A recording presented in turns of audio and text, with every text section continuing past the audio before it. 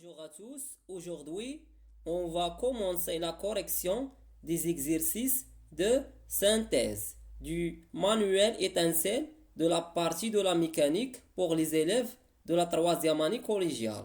Un autre exercice dans cette vidéo, c'est l'exercice 1 de la page 119 qui s'intitule La pesanteur d'une région de l'espace ou la pesanteur G d'un lieu ou quelque part de l'espace. Alors, on lit attentivement le texte de l'exercice. Pour déterminer la valeur de la pesanteur G dans un endroit précis, on réalise l'expérience suivante. On suspend un solide S de masse M est égal à 500 grammes par un dynamomètre. Voir le schéma ci-contre. Question 1. Fait l'inventaire des forces appliquées sur le solide S. 2. Détermine les caractéristiques du vecteur poids P, sachant que le solide est en équilibre. 3. Représente le vecteur P selon l'échelle 1 cm pour 2,45 N. 4.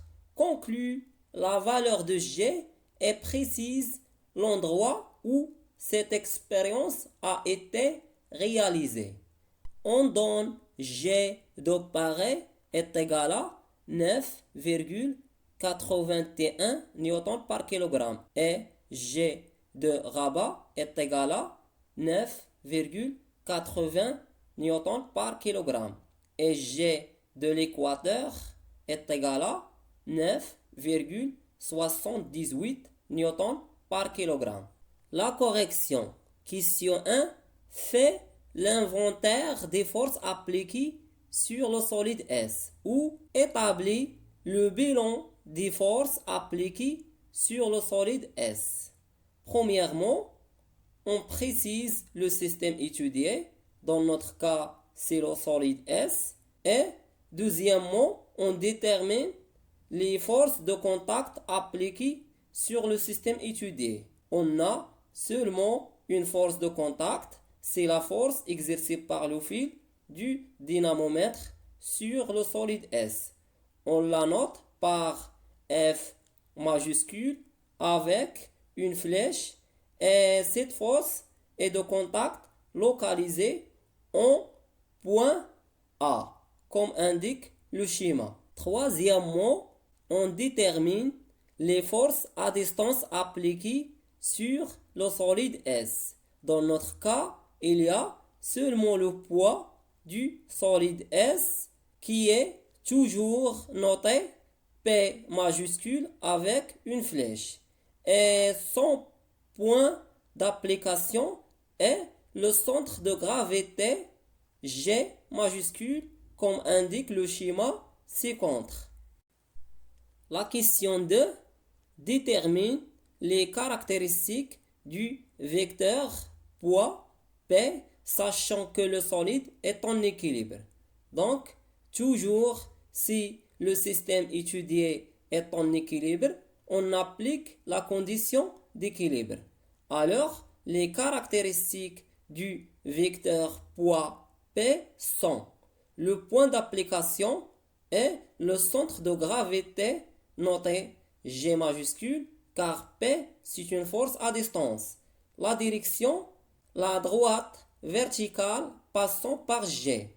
Et le sens est de haut vers le bas ou de G vers le centre de la Terre.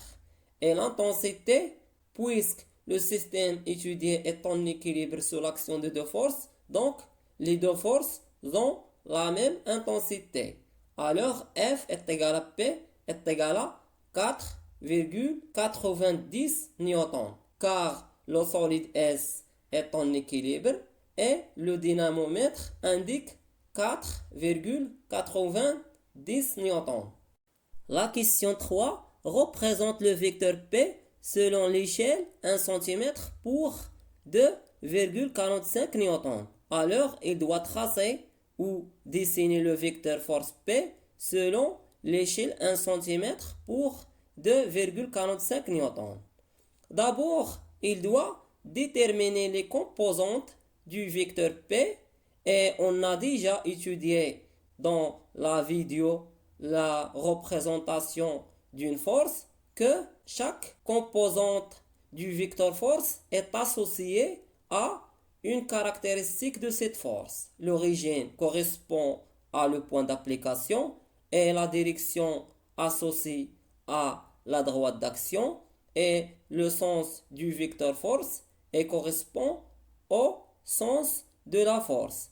Et la longueur du vecteur force est proportionnelle à l'intensité de la force avec le choix d'une échelle convenable. Alors, les composantes du vecteur P sont l'origine, le centre de gravité G, la direction c'est la droite verticale passant par G et le sens de haut vers le bas et la longueur est proportionnelle à 4,90 newtons avec l'utilisation de l'échelle 1 cm pour 2,45 newtons.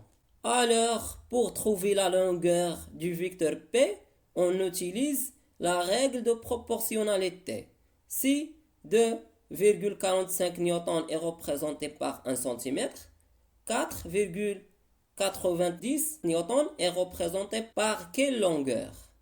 On la note à cette longueur par x en centimètres et on applique la règle. On trouve x est égal à 4,90 newtons fois 1 cm, le tout divisé par 2,45 newtons, égal à 2 cm. Finalement, on trouve la longueur du vecteur P est égale à 2 cm.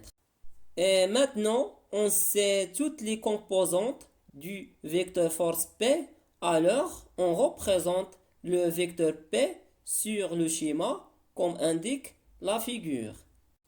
Question 4. Conclut la valeur de G et précise l'endroit où cette expérience a été réalisée. On donne G de Paris et de Rabat et de l'Équateur. Alors, on va utiliser la relation P est égal à M fois G. Et on a M, la masse, est égale à 500 grammes. Il doit convertir à l'unité internationale, le kilogramme. Donc, 500 grammes est égal à 0,5 kg.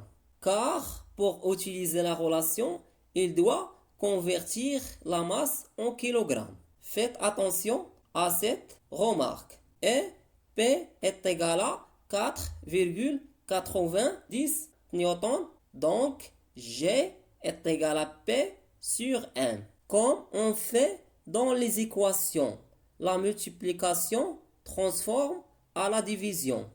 Donc, on a M fois G est égal à P, alors G est égal à P sur M.